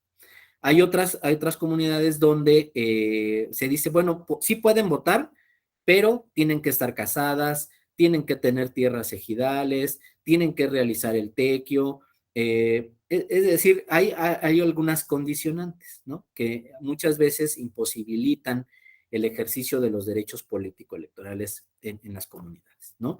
Entonces, para cerrarlo de forma genérica, el Tribunal Electoral ha resuelto que en todos estos casos se debe de cumplir con el principio constitucional de igualdad. El principio donde pues todos los ciudadanos, todas las personas que viven o que pertenecen a las comunidades indígenas, pues pueden ejercer sus derechos político-electorales, ¿no? Este principio de igualdad, ¿no? La verdad es que ha sido uno de los que más trabajo pues ha costado, ¿no? Implementar en las comunidades indígenas, porque los sistemas normativos internos no se cambian de la mañana, de un día al otro, ¿no? No se cambia con la emisión de una sentencia, ¿no? Hay que hacer un trabajo con la comunidad de capacitación, ¿no? De diálogo, de ver pues formas que permitan implementar estas acciones, ¿no?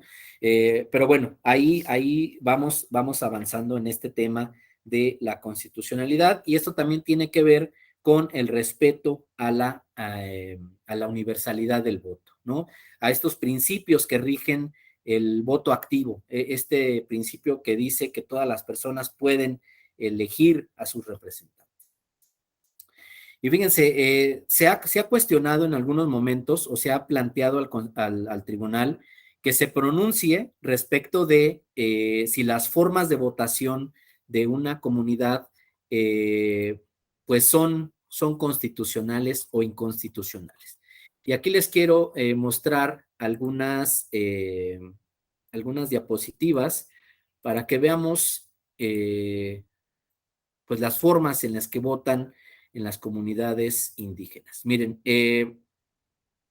aquí tenemos una primera imagen donde está una mujer, ¿no? Que pasa a un pizarrón y hace una marca por el candidato de su preferencia, ¿no? Pero atrás de esta mujer, ¿no? Está una asamblea, ¿no? Está el resto de la gente. Entonces, aquí, por ejemplo, nosotros podríamos cuestionarnos el tema de la secrecía, ¿no? Estamos acostumbrados en el sistema de partidos políticos a ir, recoger nuestra boleta, meternos en nuestra mampara, ¿no? Y con solo nuestra conciencia damos nuestro voto a favor de algún candidato. Aquí, pues en las comunidades indígenas está, pues digámoslo así, de forma transparente, ¿no? Todos pueden ver por quién votan, y bueno, es una práctica que se tiene en las comunidades para poder emitir el voto activo, ¿no? También, por ejemplo, miren, esta forma de votar, ¿no? La votación a mano alzada, esta, esta forma que tiene que ver, pues casi con un principio que es el del consenso en las comunidades indígenas, ¿no? Esta idea de, pues que generalmente las elecciones en las comunidades indígenas, pues tienen que ver con simplemente una ratificación del escalonamiento que van siguiendo las personas, más que una elección propiamente meritoria, ¿no? Sino que van escalando los cargos de elección popular. También, por ejemplo, pues hemos visto ya algunas comunidades, esta no se ve, ¿verdad?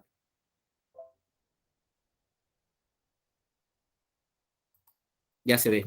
Esta nueva modalidad en los pueblos indígenas de votar a través de urnas para recabar la votación, ¿no? ¿Por qué? ¿Por qué empezamos a ver estos sistemas de votación en las comunidades indígenas? Pues porque derivado de sentencias del Tribunal Electoral, pues se instruye a las autoridades electorales administrativas a que se acerquen con las comunidades para poder, pues, trabajar nuevas formas de ejercer sus derechos político-electorales, ¿no? Y entonces, pues, existe en la actualidad la posibilidad de que los institutos electorales, los organismos públicos locales electorales, pues puedan brindar apoyo a las comunidades para ejercer sus derechos político-electorales. No solo con las urnas, ¿no? Sino, por ejemplo, también con las listas nominales, como para saber quiénes tienen derecho a participar en las elecciones y pues dejar, por ejemplo, a un lado, por ejemplo, las listas de las personas que realizan el trabajo comunitario o el tequio, ¿no? Entonces, empezamos a ver algunas transiciones, pero pues solo en algunas comunidades, ¿no? Y pues la verdad es que también ha habido una aceptación por parte de los pueblos y las comunidades indígenas de implementar estas formas de ejercer los derechos.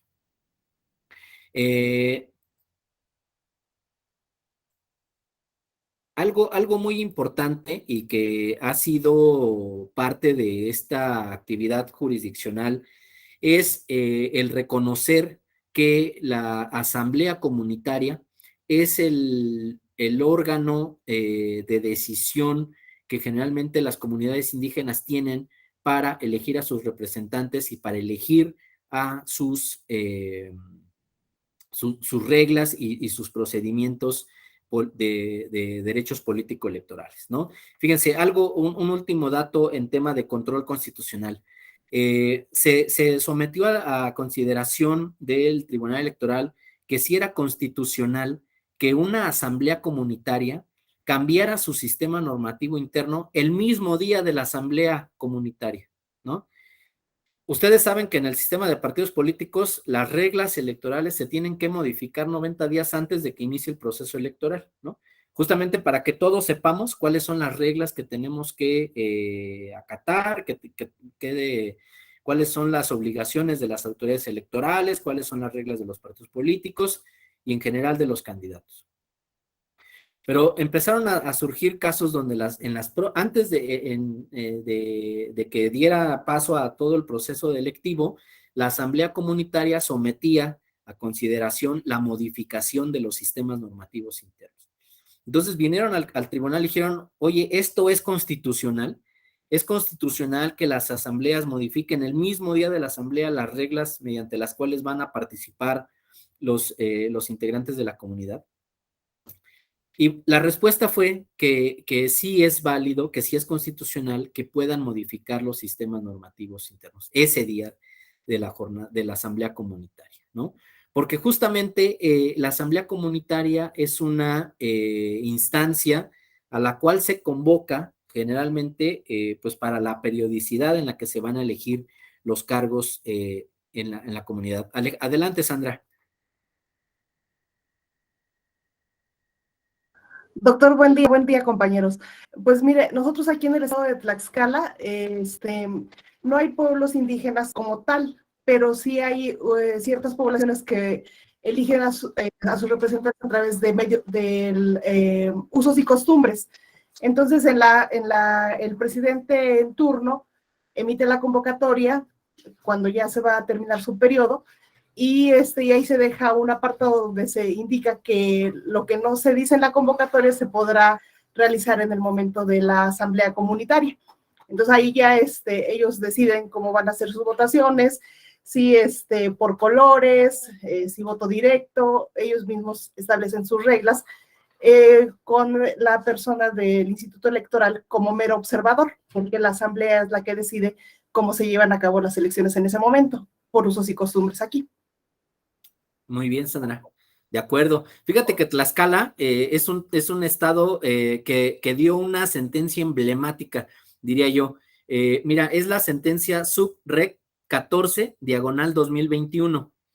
En esta sentencia, y ya para cerrar la sesión del día de hoy, nada más comentarles que diversas comunidades de Tlaxcala solicitaron a las autoridades de esta entidad federativa que se les permitiera elegir a los representantes, digámoslo así, a los que van a integrar el Congreso del Estado a través de sus sistemas normativos internos, ¿no? Eso, pues ya les había dicho que no está ni en las constituciones locales ni en la Constitución Federal, porque todo se queda a nivel municipal. Y el asunto, pues, llegó a la sala superior, y la sala superior, rápidamente, así en síntesis, lo que dijo fue, puede ser que sí sea viable elegir a los integrantes de los congresos locales, ¿no? A través de sistemas normativos, pero no es una decisión que la pueda tomar el Tribunal Electoral. Ese cambio de las reglas para elegir a los representantes del Poder Legislativo es algo que tiene que decidir propiamente el Congreso del Estado, ¿no? Entonces le dijo a las comunidades indígenas de Tlaxcala que para este proceso electoral, y dado que ya estaba en desarrollo el proceso electoral intermedio, pues no podía operar el cambio de sistemas, el cambio de reglas para elegir a los diputados locales, ¿no? Pero sí, digámoslo así, le especificó al Congreso que tenía que analizar esta posibilidad, ¿no? Y este tema lo dejo aquí en la mesa para decirles que este ejercicio de la soberanía de los congresos locales y del Congreso Federal en general, pues es algo que vamos a analizar el día de mañana respecto de el caso Yatama, ¿no? Donde la Corte Interamericana dijo, pues puedes organizarte de acuerdo a los sistemas de partidos políticos o sistemas normativos internos como tú quieras, pero siempre garantizando los derechos político-electorales de los pueblos y las comunidades indígenas, ¿no? Y ese criterio que dijo la Corte en el caso Yatama es, creo yo, el mismo criterio que ocupó el Tribunal Electoral para resolver este Sub-Rec 14, diagonal 2021, ¿no? Es decir, puede ser que sí tengas derechos, puede ser que sí sirvan los sistemas normativos para elegir a diputados locales, pero lo tienen que decidir quien emite las normas, ¿no? Quien define las reglas. Entonces, pues ahí se los dejo, lo comentaremos mañana a la luz de ahora del control convencional, ¿no? De todas las decisiones que emite la Corte Interamericana y otros tribunales internacionales, pero con esta sentencia, ¿no? Para irlo bajando a nuestro territorio mexicano. Pues compañeros, son las 11, les agradezco mucho sus preguntas, sus participaciones. Pues vamos viendo que el tema de pueblos indígenas es un tema transversal y va a ir tocando muchos temas, ¿no? Que pueden irse vinculando. Y pues bueno, los espero mañana con mucho gusto al mismo horario, ¿no? En el mismo canal. Que estén muy bien.